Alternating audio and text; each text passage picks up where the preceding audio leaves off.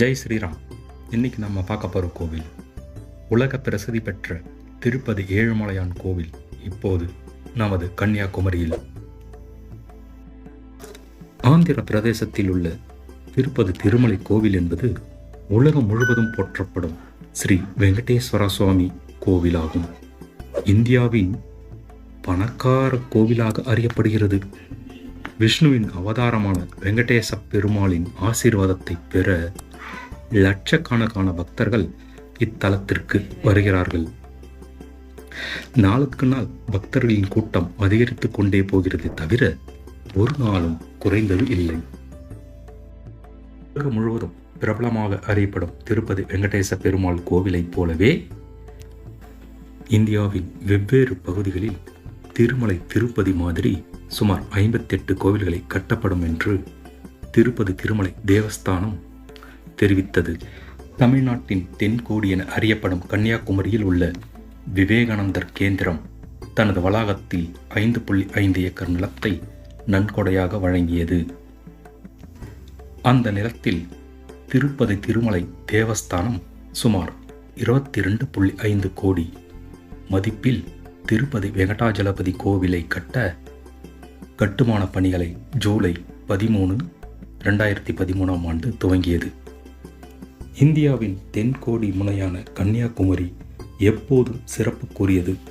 முக்கடல் சங்கமிக்கும் இந்த ஊர் சிறந்த சுற்றுலா தலமாகவும் குமரி பகவதி அம்மன் மீண்டிருக்கும் இடமும் என்பதால் பலரும் வந்து வணங்கும் வழிபாட்டு தலமாகவும் உள்ளன. இங்கு ஏற்கனவே கடலின் நடுவே விவேகானந்தர் நினைவு மண்டபமும் மற்றும் 133 அடி உயரம் உள்ள திருவள்ளுவர் சிலையும் அமைந்துள்ள நிலையில் கன்னியாகுமரிக்கு மேலும் ஒரு மகுடம் சூட்டுவது போல கண்ணை கவரும் வகையில் திருப்பதி வெங்கடாஜலபதி கோவில் பக்தர்கள் மட்டுமல்லாமல் பல்வேறு தரப்பட்ட மக்களையும் கவரும் வகையில் கடற்கரையோரமாக அழகோடு அமைந்திருக்கும் இந்த ஆலயம் கடந்த 2019 ஜனவரி 27 கட்டி முடிக்கப்பட்டு கும்பாபிஷேகமும் நடத்தப்பட்டது.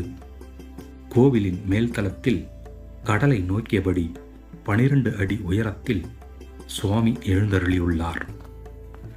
அவர் எதிரே கருடாழ்வர் 3 அடி உயரத்திலும் அவரது வலதுபுற சன்னதியில் பத்மாவதி தாயாரும் அவரது இடதுபுற சன்னதியில் ஆண்டாள் தாயாரும் அருள் பாலிக்கின்றனர். மூலவருக்கு எதிரே கருடாழ்வருக்கு பின்புறம் பலிபீடமும் 41 அடி உயர கொண்ட கொடிமரமும் அமைக்கப்பட்டு இதன் மேல்தளம் அமைப்பு மிகவும் பிரமிப்பாக இருக்கிறது.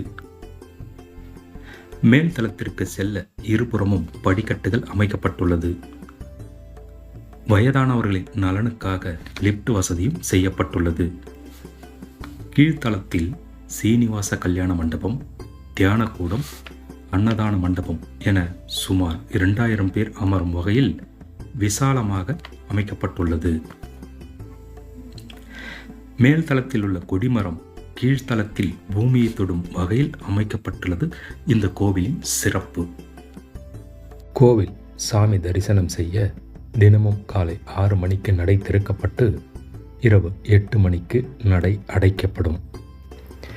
இடையில் காலை 8 மணி முதல் 9 மணி வரையிலும் மதியம் 12 மணி முதல் 12:30 மணி வரையிலும் மாலை 5 மணி முதல் 5:30 மணி வரையிலும் நடை அடைக்கப்பட்டிருக்கும்.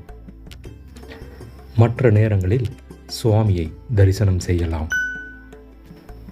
நடை திறக்கப்படும் நேரத்தில் சுப்பிரபாதம், விஸ்வரூப சர்வ தரிசனம், தோமாலை, கொழுவு, அர்ச்சனை, நெய்வேத்தியம், பாலி, சாற்றுமுறை, ஏகாந்த சேவை போன்றவை நடைபெறும். வெள்ளிக்கிழமை அன்று சகஸ்ரநாம அர்ச்சனை, மூலவருக்கு திருமஞ்சனம் விசேஷமாக இருக்கும். தை மாதம் வருஷாபிஷேகம், கார்த்திகை மாதம் பவித்ர உற்சவம் மற்றும் வைகுண்ட ஏகாதசி நிகழ்ச்சிகளும் சிறப்பாக நடைபெறும். மீண்டும் ஒரு சிறந்த கோவிலை அடுத்த பதிவில் காண்போம். நன்றி, வணக்கம்.